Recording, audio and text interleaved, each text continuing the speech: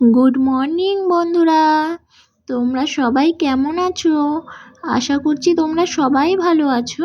তো আমিও বেশ ভালোই আছি। তো বন্ধুরা দেখো, আজ একেবারে বাসি বিছানা থেকেই তোমাদের সাথে ভিডিওটা শ্যুট করছি।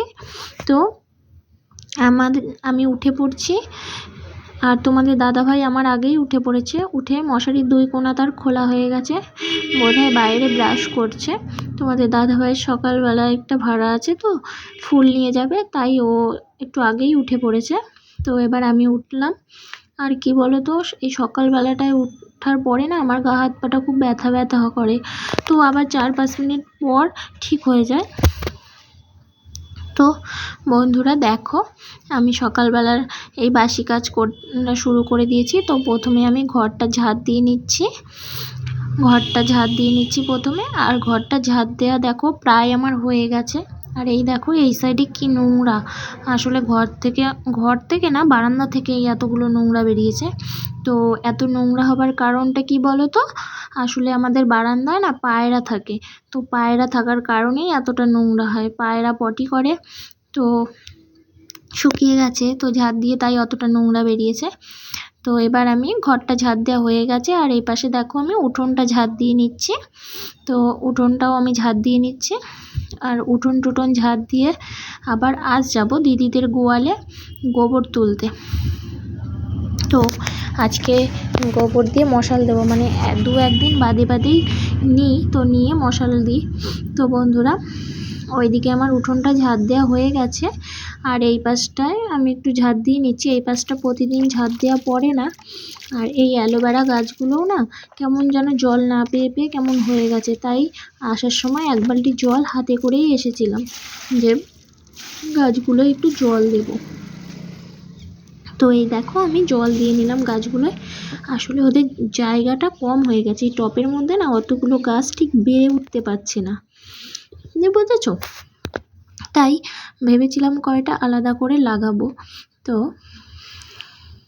দেখি কি করা যায়। আর এই পাশটায় আমি উনুন থেকে ছাইটা তুলে নিয়ে ফেলে দিচ্ছি। আসলে কি বলো তো, সকালবেলার এগুলো তো বাসি কাজ করতেই হয়। আর কাজকে আমি কখনোই ভয় পাই না, ঠিক আছে? আমি ভগবানের কাছে চাই আমার শরীরটা সুস্থ থাকলে আমি সব কাজ করে নিতে রাজি। কাজকে ভয় পাওয়ার মানুষ আমি নই। তো এই দিকে দেখো, বললাম তো তোমাদের গোয়ালে যাব, গোয়াল থেকে গোবরগুলো নেব। তো এই দেখো গোয়ালে চলে এসেছি, আর এই যে গোবরগুলো আমি তুলে নিচ্ছি। আর এই গোবর দিয়ে মশাল দেবো। তো এখন গোবরগুলো নিয়ে জড়ো করে থবো। এক বালতি গোবর দিয়ে মশাল করবে, মশাল করে ভাত রান্না হবে। মশাল যদি আমরা নাই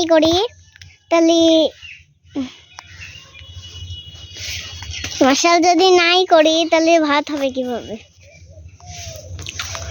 আমি করি না, আমার মাই করে। তো তোমরা পুরো ভিডিওটা দেখতে থাকো।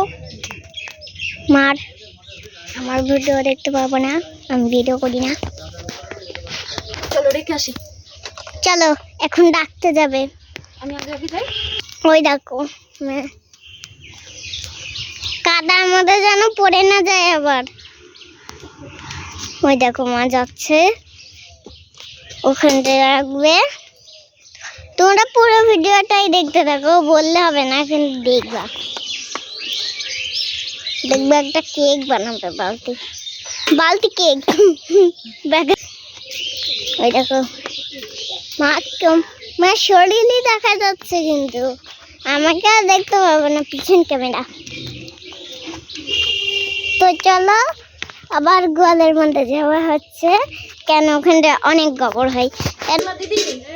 দিদি গো, আমার অনুষ্কা দিয়েছে ভিডিও বানাতে, বুঝলা? এত সুন্দর ভয়েস বলছে, কি বলবো। আমার অনুষ্কা দিয়ে বানাবে, মশলা দিয়ে রান্না হবে। মশলা দিয়ে আমরা রান্না করবো কি দিয়ে? সেই তো আমার মেয়ে। এত সুন্দর ভিডিও না করলে কিভাবে হবে মা? 1 লাখ টাকা জমাতে হবে তো ভিডিও করে। ভিডিওটা তো ভালো করতে হবে।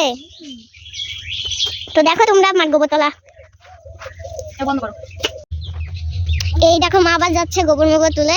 কেন ওইটুখানি আমি শেয়ার করতে পারিনি, কেন আমার মা দেখছিল ওইটুখানি ভিডিওটা। ওই দেখো আবার গোবর বালতি হবে, বালতি কেক, ওই বালতি কেকটা ভেঙে গেল, এত পাতলা, আগে তো পাতলা হয়নি। চলো মা আগে আগে যা, ওই দেখো মা যাচ্ছে মাঠের দিকটা পুরোই দেখে ফেলো, কেন ওখান থেকে অনেকজন থাকবে মাঠের দিকটা। আগে দেখে নাও তোমরা, একটুখানি তুলে নিই, একটু দেখিয়ে নিই। এই দেখো, তো দেখো এবার আমি মাঠ দিকে যাওয়া শুরু করছি। তোমরা তো দেখতেই পাচ্ছ মাঠ চলাচল কত দূরে হয়।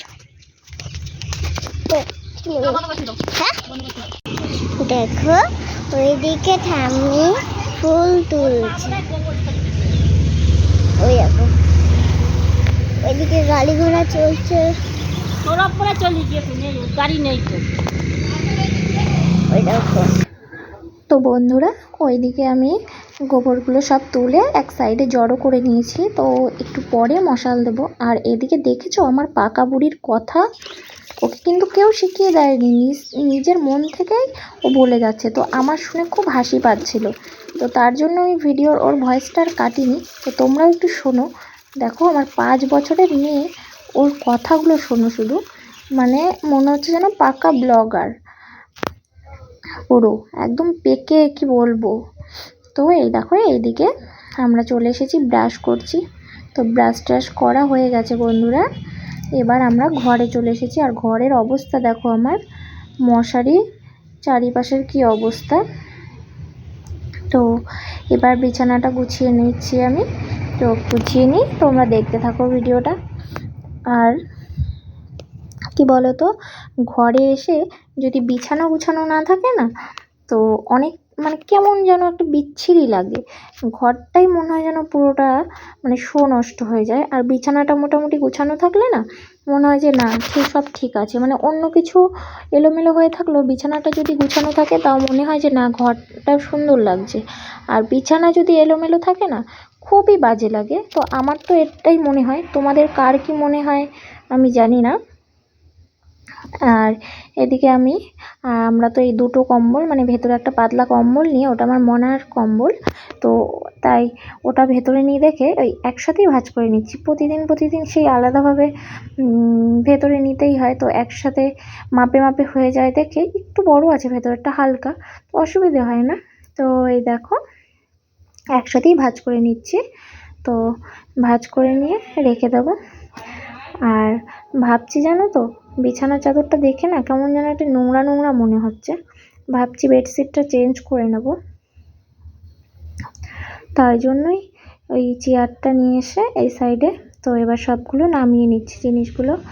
আর কি জানো তো, সকালবেলা উঠে এই বিছানা গুছিয়ে জানালাগুলো খুলে দিলেও ঘরটাই একটু অন্যরকম মনে হয় যে না ঠিক আছে, এবার মনে হচ্ছে যেন সব ঠিকঠাক। আর ঘরের জানালা যদি বন্ধ থাকে না ভালো লাগে না ঠিক, সেই শীতকাল বলো আর গরমকাল বলো। আর আমাদের এই মানে তোমাদের কি বলবো, এই আর কি শীতকালটায় এই দুটো জানালা দিয়েই খুব হাওয়া আসে, কারণ একটা হলো উত্তর দিকে আর একটা হলো পশ্চিম দিকে, তো দুদিকেরই হাওয়া দেয়, তো তার জন্য খুব হাওয়া আসে। তো কিন্তু আমার আবার জানলা না খুললে ঠিক ভালো লাগে না, এই পাশের জানলাটা খুলে দেবো। আর এই পাশের জানলাটা, এই পাশে তো রাস্তা, তো ওই জন্য সবসময় খুব একটা খুলি না, একটা পার্ট খুলে দিই। আর বিছানার চাদরটা আমি তুলে নিয়েছি, এবার আমি একটা অন্য বিছানা চাদর পেতে নিচ্ছি। তো এই দেখো আমি বিছানা চাদরটা পেতে নিচ্ছি।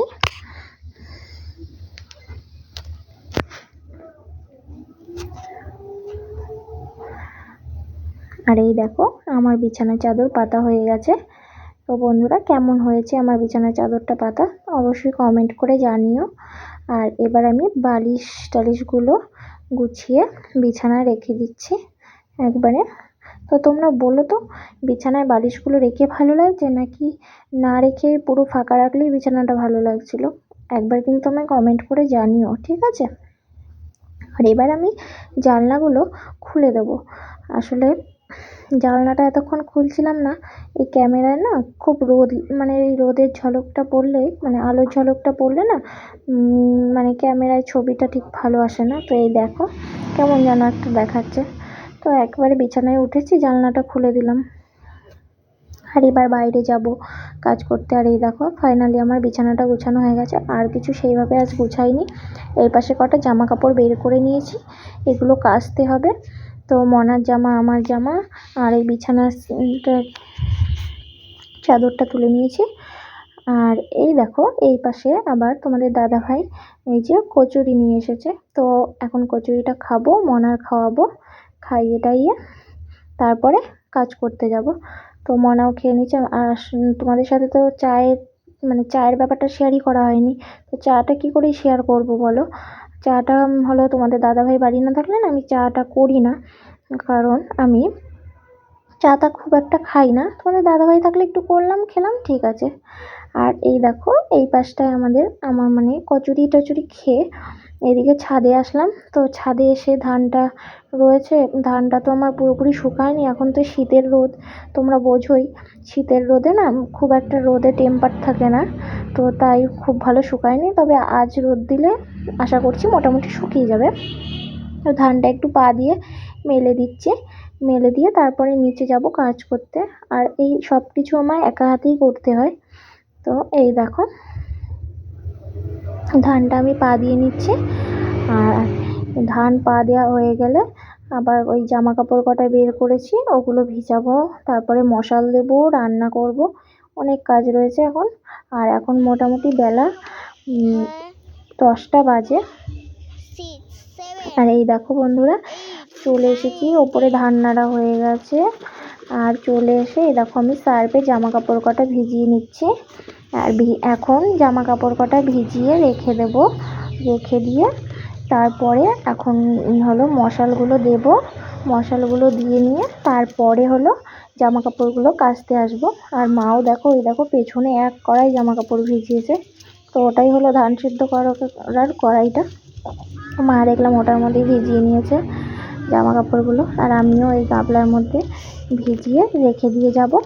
তারপরে মশলাগুলো দিয়ে এসে তারপরে কাচাকুচি করব, তাহলে জামা কাপড়গুলো একটু ভিজবেও।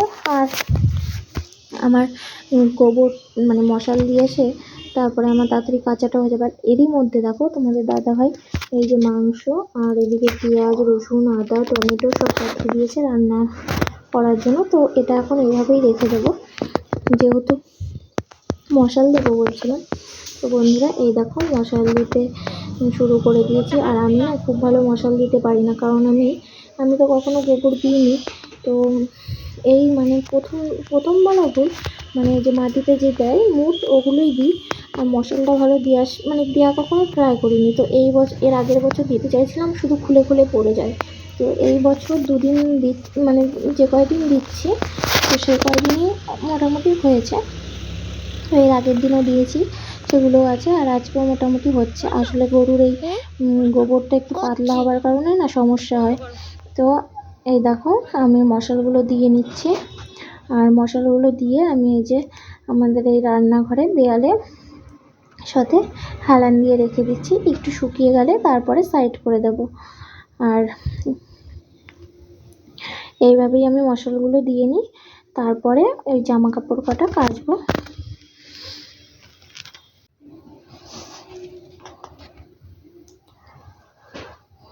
তো বন্ধুরা আমার মশাল দিতে দিতে মোটামুটি হয়ে এসেছে।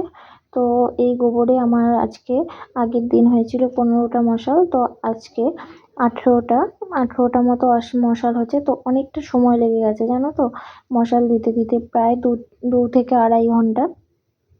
তো এখন অনেকটাই বেলা হয়ে গেছে, 11:30, প্রায় মানে 2 ঘন্টা মতো লেগে গেছে। তো 11:30 12টা মতো বেজে যাচ্ছে।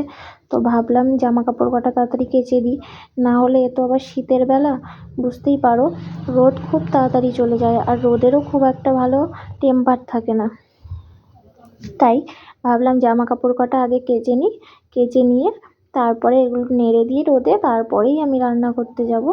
তো এই জন্যই মশালটা দিয়ে উঠে নিয়েই আমি চলে এসেছি এদিকে জামা কাপড় কটা কেচে নিতে। তো এবার আমি জামা কাপড় কটা কাচা প্রায় হয়ে গেছে, ধুয়ে নিচ্ছি। তো ধুয়ে নেওয়ার পরে ছাদে নেড়ে দিয়ে আসবো। বন্ধুরা এই দেখো জামা কাপড় কটা ছাদে এসেছি নেড়ে দিতে। তো ছাদে মেলে দেওয়ার পরে ছাদে ধানটাও রয়েছে, ধানটাও একটু ছাদে পা দিয়ে যেতে হবে। ধানগুলো পা দিয়ে গিয়ে একেবারেই রান্নাটা বসাবো, তাহলে মোটামুটি আমার এদিকের কাজগুলো কমপ্লিট হয়ে যাবে। তো না, কমপ্লিট হয়ে যাবে বলাটাও ভুল, এখনও আমার মনার খাওয়াতে হবে। তারপরে রান্না করতে হবে, কারণ অনেকটা বেলা হয়ে গেছে। ভাবছি মায়ের কাছ থেকে কটা ভাত নেব, নিয়ে মনার খাইয়ে দেবো, খাইয়ে টাইয়ে দিয়ে একটু ফাঁকা হব। তো মানে মনার কি জানো তো, ছেলে পেলে মানুষের খাওয়া দাওয়া হয়ে গেলে পরে মনে হয় যে না, ওরা মানে ওদের পেট শান্তি তো সব ঠিকঠাক আছে। তো তাই জন্য এখন যাবো, এই যে ধানটা পা দিয়ে নিচ্ছি, দিয়ে নিয়ে তারপরে মার ওখান থেকে কটা ভাত নিয়ে মনার খাইয়ে নেব, আর খাইয়ে দাইয়ে তারপরে একবারে শেষেই রান্নাটা করব। তো বন্ধুরা,